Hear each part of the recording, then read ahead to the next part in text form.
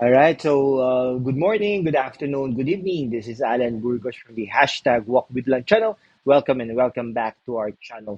If you are not yet subscribed to our channel, please do it so now so that we can be able to maintain and sustain this channel. Thank you so much. God bless you all. Okay, so ang pag-usapan po natin ngayon guys ay yung kay yung kay Pangulong Rodrigo Roa Duterte, no? Alam naman po natin yung trust rating po ni Pangulong Rodrigo Roa Duterte noong 2022, nung bumaba siya, ay 80%. Napakataas po nun, ha? Parang baka wala pong makatalo nun, no? Sa mga dating naging presidente, lalong-lalo na si Gloria Macapagal Arroyo. And sinasabi rin po natin na baka hindi rin po yan matalo ni Pangulong Bongbong Marcos once nung sa 2028 pag bumaba na siya sa pwesto. 6 na taon lang naman yan eh, no? So, no? Parang ngayon nga medyo mababa pa nga si Pangulong Bongbong Marcos, 1.5, no? Years na siya sa pwesto, kumbaga, no? Pero ano po, no? So nagkakaso po nga yan si Pangulong Rodrigo Roa Duterte, alam naman natin na hindi na siya immune sa mga cases na ganyan, no? Lalo-lalo na sa local, no? Yung international, talaga namang no, tuloy-tuloy ang ano na yan. Ngayon, sa local, nagtataka nga ako, walang kumakaso sa kanya. No, last time around nagkakaso siya yung parang illegal threats na kinaso ni Franz Castro, no, ng party list, yung sa Association of Concerned Teachers, kumbaga. Hindi ko nga po alam kung guru din po ito yung party list na yan, no, yung Representative Franz Castro. Hindi po natin alam, no. Kinasuhan po siya, ngunit inano po siya, no, hindi po nagkakaso yan. I mean, na-dismiss po yan ng Quezon City Prosecutor's Office dahil po sa mga iba't ibang mga kadahilanan. Okay? So, ngayon may kaso po siya sa ICC. No? Ang nagkaso po diyan sa kanya, ang dati pong Davao Death Squad na si no? Ayan, Davao Death Squad si Las Cañas ba yan? Okay, so kinasuhan po siya, no? Pero si sa dati Senador Trillanes ay parang nagsabit din po ng mga parang ng additional supplement kumbaga sa kanya. So, 'yon.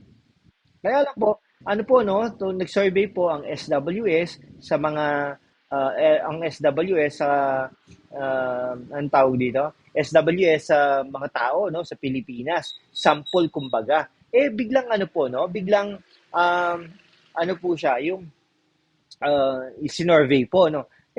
Majority po ng sinorvey ay pabor sa pag-imbestiga kay dating Pangulong Rodrigo Roa Duterte. Pero nung nag-survey po in the past, ay bago po yan, last year po, no, 2022 yata yun, December 2022 or 2023, ay hindi po gano'n, no? Majority po na ayaw pa imbestigahan.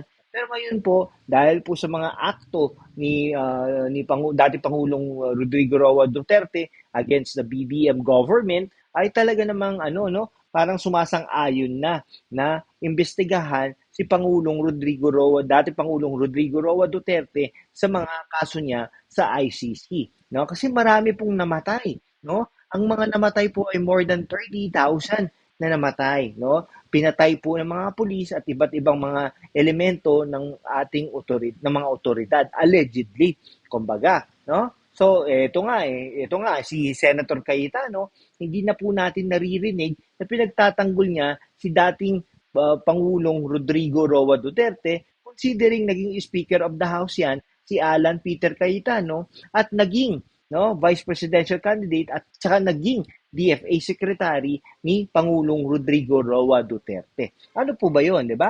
Um, Diyan po tayo nagkakaproblema talaga. Okay? So, 'yun.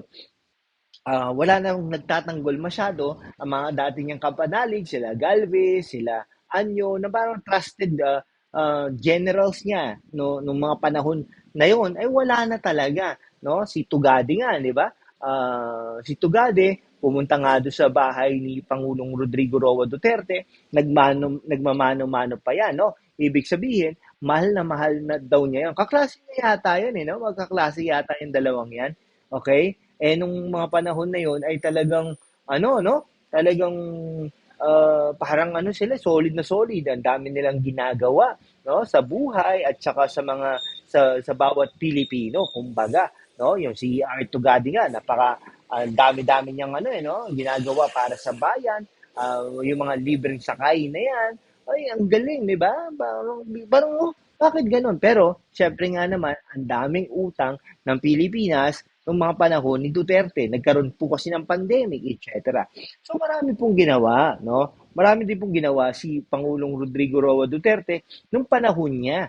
Kaya lang nga po, nagtataka tayo, bigla po talaga nagkaganon na majority of the Filipinos wants to investigate na the cases of former President Rodrigo Roa Duterte. No, sinama pa diyan si Bato de la Rosa, si Bato de la Rosa, chief implementer ng Tokhang, no? Ayan, Tokhang yung knock and plead, something like that.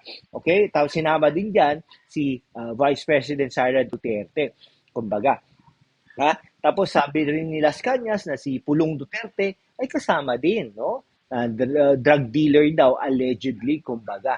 Oh, so ang dami, no? Ang dami po talagang kaso pala ng mga Duterte, no? According to Las Cañas, di ba? Ano rin minsan, ito rin si Christian Isguera, no? Parang ano din, ini-exaggerate din lahat, no? So sabi niya, lalabas daw ang anong tawag doon? Lalabas daw ang warrant of arrest sooner or later. Pero hindi sinabi rin ni Las Cañas na 2 to 3 years no, ang paglabas ng warrant of arrest, kumbaga. No? So parang ini-exaggerate lang ni dating Senador Trillanes at saka ni Las Cañas ang lahat upang magkaroon ng atensyon ito. No? So sabi nga ni Trillanes na ano talaga, no? Na ano daw talaga na huhulihin, no? Huhulihin ito. Tapos sabi pa ni Trillanes, no, nagre-ready na din daw sila na isulong ang pagkapanguluhan ni Risa Hontiveros, kumbaga, no? Namatayan din ng asawa ito si Risa Hontiveros. Yan. So ang daming factors, no. So parang ang tingin natin, ang mga nangyayari sa mga ganito ay talagang trinatrabaho nila Trillanes at Hontiveros ang lahat na ito, no? Ayan, nagkagulo sila di ba? So pilit nilang hinihiwalay si Sara Duterte, si Amy Marcos, si Bongbong Marcos at saka si Lisa Araneta Marcos, kumbaga, no? Hindi rin nila masisisi si Lisa Araneta Marcos na talagang ipagtanggol ang kanyang asawa with regards to this. Okay? So yun po ang mga kaibigan ko, no? Talagang gustong-gusto na ng Pilipino na imbestigahan at makulong, no, si Pangulong Rodrigo Roa Duterte. Majority na ng Filipinos.